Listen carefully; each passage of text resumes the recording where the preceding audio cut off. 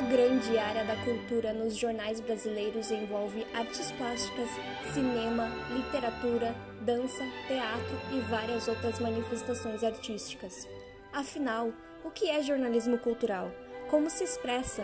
Quais os seus desafios? Confira as opiniões e visões dos jornalistas da área no projeto Leitmotiv, Olhares sobre o jornalismo cultural.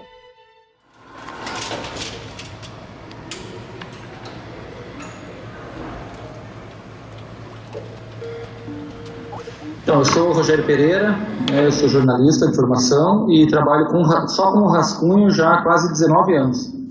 Oi, eu sou o Luiz Gonzaga Lopes, eu tenho 49 anos, trabalho há 22 anos na área cultural e há 10 anos no Correio do Povo como editor de cultura. O meu nome é Cláudia Laitano e eu trabalho na Zero Hora, sou editora da área cultural há 26 anos. Por que tu decidiu trabalhar nessa área? Pois é, eu deveria estar no jornalismo esportivo. A minha ligação com o jornalismo é muito antiga e eu desde pequeno, o meu pai tinha um gravador com fita grande, cassete assim, né? E o pai entrevistava as pessoas nas festas da família e eu na tentativa de imitar, mimetizar, né? Eu pegava esse gravador quando ele largava e ficava entrevistando as pessoas. E aí quando eu comecei eu comecei a trabalhar em rádio, eu fui mais para o jornalismo geral, esportivo e a cultura estava junto, porque eu sempre lia muita música desde pequeno. E essa transição veio depois, assim, meio carreira. Eu vou completar agora 29 anos de carreira e eu, na metade ali, eu vi que... Metade não, já faz 22 anos que eu lido com cultura. Foi a primeira área que me ofereceu espaço para trabalhar. Eu já trabalhava na Zero Hora, trabalhava num outro setor enquanto eu estava fazendo faculdade. E aí, quando eu me formei, todo mundo quando se forma começa a bater na porta da redação para trabalhar.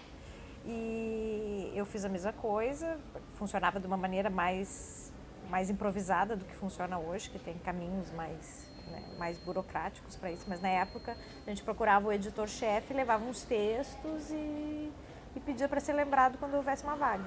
E eu fiz exatamente isso, levei para o meu editor-chefe e todo o material que eu tinha produzido na faculdade tinha a ver com a área de cultura, não que eu, enfim, tivesse conscientemente orientado meu trabalho na faculdade para isso, mas naturalmente, por interesses, eu acabava fazendo reportagens da área de cultura.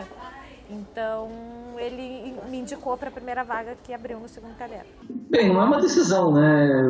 Vamos por partes. Assim, eu sempre brinco e até já dei várias entrevistas sobre o trabalho do rascunho, sobre a formação do rascunho. Eu fui movido meio que por uma inquietação e por um certo tédio, assim, né? Sempre fui um bom leitor, né? Sempre li muita literatura, principalmente na época da faculdade de jornalismo, né?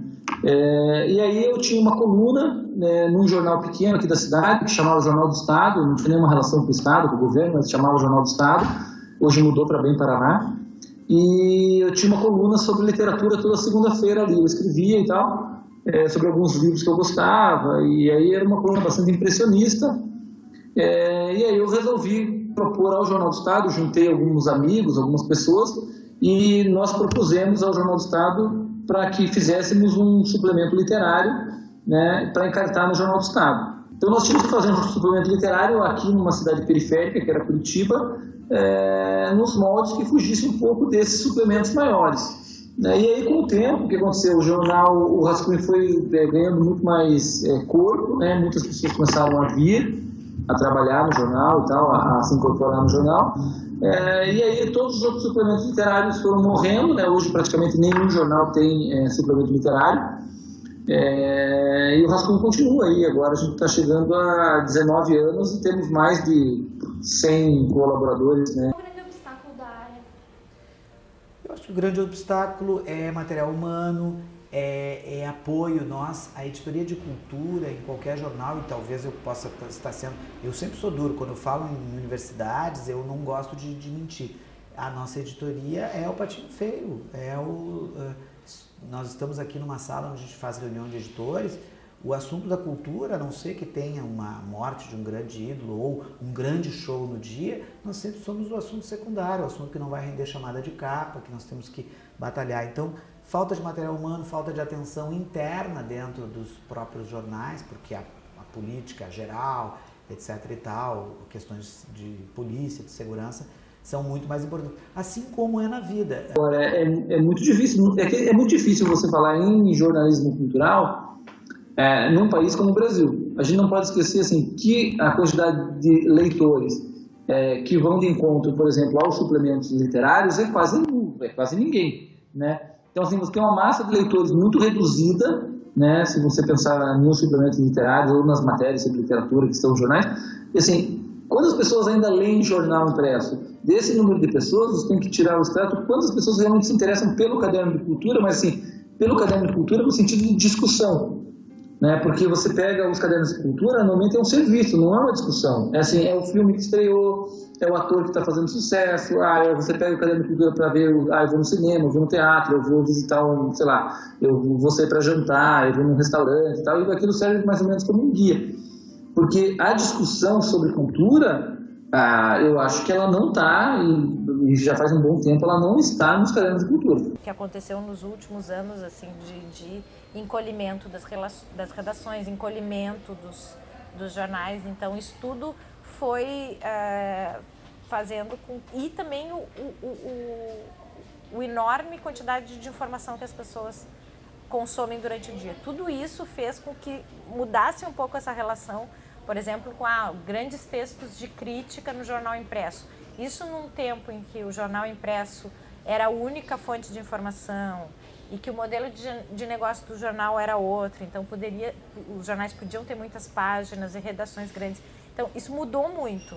Eu sempre tenho que falar que a editoria de cultura não é aquele canto do cisne, aquele conto de fadas, né? Eu sempre digo, eu vou uns 30, 40, 50 shows no ano, e daí todo mundo, tu vai em todos os shows.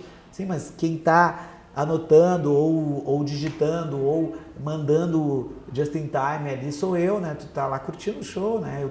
De repente eu não paguei para ir naquele show, mas estou trabalhando o tempo inteiro. Já cheguei em shows que eu não tinha que era laptop, que eu não tinha onde colocar o laptop, eu ficava ajoelhado e para ficar digitando para mandar o material. Então, enfim, mas o que eu quero dizer com isso é que a gente ainda é o patinho feio dentro das relações. E não adianta, assim, lamentar ou ter alguma nostalgia sobre como as coisas eram, porque as coisas mudaram, né? E, então, o jornalismo cultural foi impactado por isso, por ter menos espaços, veículos, principalmente os jornais terem menos páginas, e também porque o tempo das pessoas foi mais fatiado. Então, as pessoas têm menos tempo para ler, e esse público leitor que, assim, sei lá, nos anos 70, 80, que foi da grande revolução nos jornais, que tinha os jornais grandes e tudo, o público ele foi aumentando. Então ele foi antigamente o consumo de jornal era de uma elite alfabetizada que, enfim, que consumia jornais. Hoje a coisa se espalhou muito mais, as pessoas têm muito mais fonte de acesso, as pessoas consomem conteúdo de curadoria cultural, não só do crítico, mas também dos amigos, das pessoas que elas conhecem, das pessoas que elas confiam. Eu cursei nos final dos anos 80, ali metade dos anos 80 para o início dos 90, né? Então, nós estávamos na transição para a internet ainda, né? Assim, então, o que eu vejo é que os jornalistas mais jovens sabem, conhecem bem a conjuntura no mundo, pelo menos tem muito mais acesso. Nós tínhamos que ter acesso a livros, jornais, né, etc., materiais físicos. Como se diz no futebol, né? Os times de futebol, quando ganham, tem sempre 3 ou 4 jogadores jovens, mas tem o xerifão mais antigo e o técnico. Então é isso, essa mescla tem funcionado muito bem, assim, pelo menos nas redações eu percebo que as redações com as quais eu convivo, que funciona muito bem esse jogo entre o novo e a geração mais antiga. Uma coisa invalida a outra? Não, são coisas muito diferentes, eu acho muito distinto, porque existe um tempo diferente também, né? Que é o tempo que existe, o tempo da leitura e o tempo de você assistir um vídeo, quer dizer, são experiências muito diferentes, né? Uma coisa é você sentar e ler um ensaio sobre a Clarice Lispector, né, pegar um ensaio e que está dissecando algum ponto específico da obra da Clarice Lispector. Outra coisa é você sentar na frente do seu computador, ou no seu celular, ou onde você estiver, e assistir a um vídeo de um booktuber falando sobre as características de determinado livro, porque ele gostou, e porque em geral é muito pessoal aquilo, é muito, né, e é muito lúdico, quer dizer, faz uma interação entre o leitor da Clarice, vai se identificar ou não com aquele booktuber falando sobre aquele determinado livro, mas eu não sei até que ponto isso causa realmente uma reflexão em torno da literatura. O que eu acho que causa muito em torno da literatura é o fenômeno da disseminação da literatura, que é outra coisa. Então, tudo isso transformou completamente o cenário do jornalismo cultural, que durante muito tempo era a única fonte de informação, a única fonte de curadoria. Então, eu acho que ainda a gente está passando por um processo que é de reinvenção disso. É como que o jornal e os outros veículos se reinventam para continuarem sendo relevantes, para continuarem sendo importantes, mas sem imaginar que a gente vai voltar para uma situação que era socialmente e em termos de maneira como as pessoas consomem conteúdo completamente diferente. Como quando surgiram os chats e blogs na internet, dizem que auxiliou um pouco a literatura, porque eu trabalho muito com literatura na cobertura, que muitas pessoas escreviam seus relatos e acabaram publicando coisas, ou acabaram publicando seriados. Então, no caso dos youtubers, no caso de pessoas que colaboram com notícias, que dão notícias em tempo real para as redações, eu acho que só colabora. Eu acho que temos cada vez mais que contar, claro, aí vamos para aquela cultura do que a gente sabe como eliminar as fake news. Se você puder ter uma fonte confiável também, um jornal, um site, né, mais antigo, assim, para que possa ter esse confronto, porque as fake news estão assim se multiplicando e a gente nota que as pessoas repassam sem ler, elas veem só o enunciado da fake news e repassam.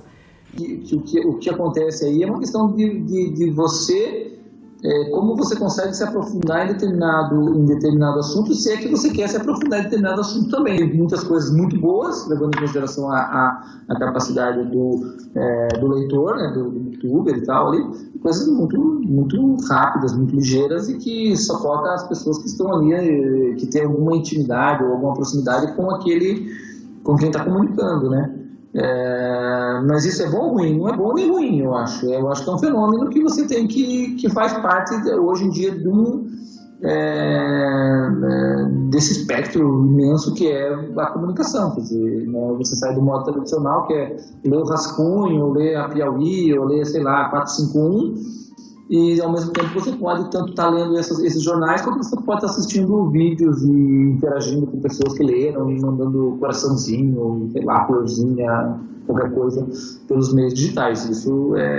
Isso na verdade ajuda muito a discussão em torno da leitura, porque tudo que vem em torno do livro leitura eu acho que é bem-vindo. É isso, Luiz. Obrigada. Deixa eu só pausar aqui. Muito Tá, obrigada isso mesmo. eu pode dar uma boa editada nisso, cortar as bobagens que você achar muito. E se você tiver alguma dúvida... Leitmotiv, olhares sobre o jornalismo cultural. Quer se aprofundar mais no tema?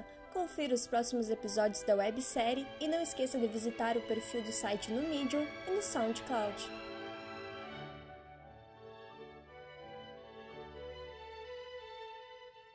Por exemplo, o orçamento, todo mundo quer que o orçamento, tanto em esfera federal como em esfera estadual ou municipal, seja 1% do orçamento do município.